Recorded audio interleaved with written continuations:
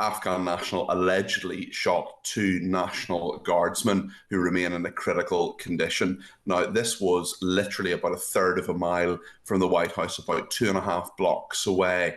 And DC police initially dealt with that. But of course, there are many law enforcement aspects to this. The National Guard, of course, and now the FBI has launched an investigation. There is a suspect in custody. He is an Afghan national. He was granted asylum in the United States and came over apparently in 2021. The two National Guardsmen as well are in a critical condition. Donald Trump has said that every Afghan national who came to America under the Biden administration has to be investigated. His comments following the shooting of two National Guard soldiers near the White House. The man alleged to have carried out the attack is an Afghan national who arrived in 2021. Let's get the details of this story and talk to Talk and Times radio presenter Peter Cardwell. Good morning. Good morning, Kate. Peter, can you bring us up to date on what happened with this attack and what's been said since? I was absolutely horrified yesterday afternoon here in Washington, D.C. I'm here for Thanksgiving, and a friend of mine was bundled into a McDonald's after the shots rang out just a few yards from him. He told me how he was kept in there while the law enforcement agencies swooped on the scene where this Afghan national allegedly shot two National Guardsmen who remain in a critical condition. Now, this was literally about a third of a mile from the White House, about 2.5 blocks away. And DC police initially dealt with that. But of course, there are many law enforcement aspects to this. The National Guard, of course, and now the FBI has launched an investigation. There is a suspect in custody. He is an Afghan national. He was granted asylum in the United States and came over apparently in 2021. The two National Guardsmen as well are in a critical condition. There was actually misinformation put out by the West Virginia governor late yesterday afternoon saying that they had died, but they hadn't, and they are still in a critical condition. And do we know anything more about the motivations for this attack? Because Donald Trump has reacted by saying that he'll take action on Afghans and also, of course, having a go at his predecessor.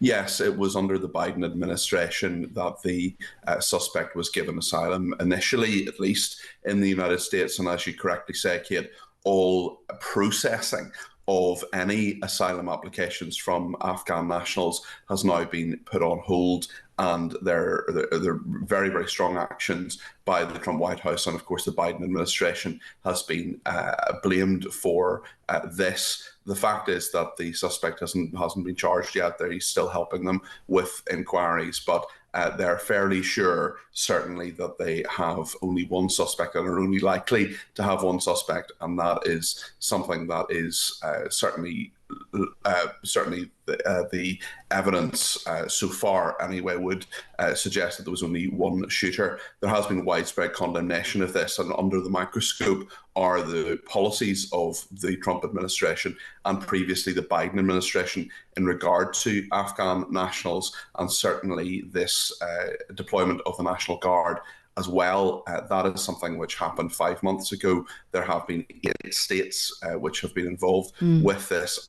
Indeed, that deployment has been ruled unlawful, and we're in this sort of limbo period at the moment where the ruling was made 6 days ago. Donald Trump's administration has been given 21 days either to withdraw those National Guard troops or to instead or to either withdraw them or to appeal this, which they have actually done so far. Peter, thank you very much. That is Peter Cardwell there in Washington, D.C. with the latest on that shooting. My great fellow Americans, earlier today on the eve of the Thanksgiving holiday, 2 members of the National Guard serving in Washington, D.C. were shot at point-blank range in a monstrous ambush-style attack just steps away from the White House. This heinous assault was an act of evil, an act of hatred, and an act of terror. It was a crime against our entire nation. It was a crime against humanity. As President of the United States, I am determined to ensure that the animal who perpetrated this atrocity pays the steepest possible price.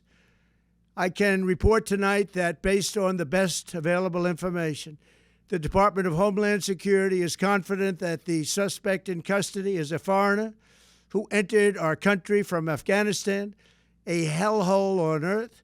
He was flown in by the Biden administration in September 2021 on those infamous flights that everybody was talking about.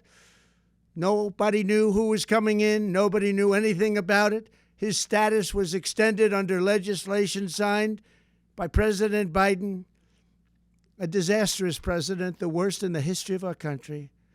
This attack underscores the single greatest national security threat facing our nation. The last administration let in 20 million unknown and unvetted foreigners from all over the world, from places that you don't want to even know about.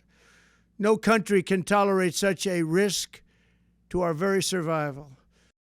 We must now re-examine every single alien who has entered our country from Afghanistan under Biden, and we must take all necessary measures to ensure the removal of any alien from any country who does not belong here or add benefit to our country.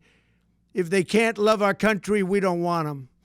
America will never bend and never yield in the face of terror. That is why tonight I can announce that I have directed the Department of War to mobilize an additional 500 troops to help protect our capital city.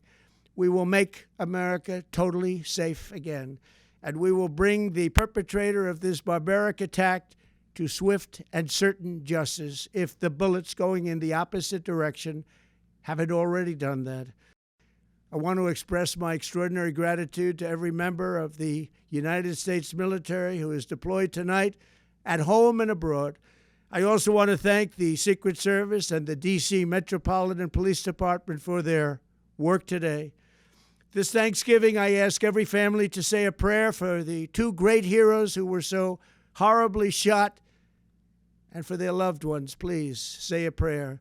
May God bless them and comfort them, and may God bless and protect the United States of America. Thank you and good night.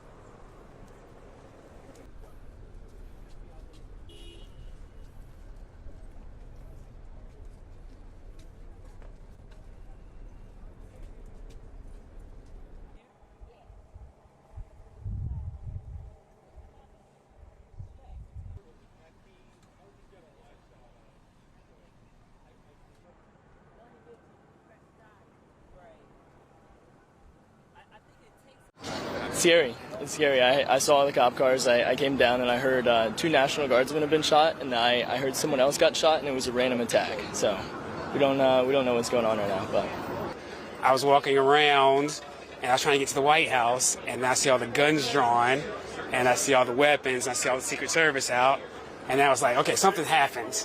So what happened? So we just keep walking around, and we came up at the spot, and we saw the Secret Service guys and the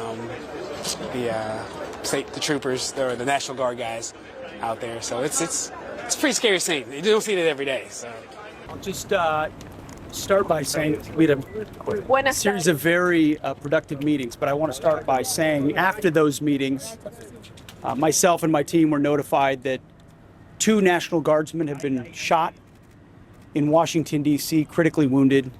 The shooter shot in a cowardly, dastardly act targeting the best of America. We will never back down. We will secure our capital. We will secure our cities. In fact, this happened just steps away from the White House. It will not stand. And that's why President Trump has asked me, and I will ask the Secretary of the Army, to the National Guard, to add 500 additional troops, National Guardsmen, to Washington, D.C.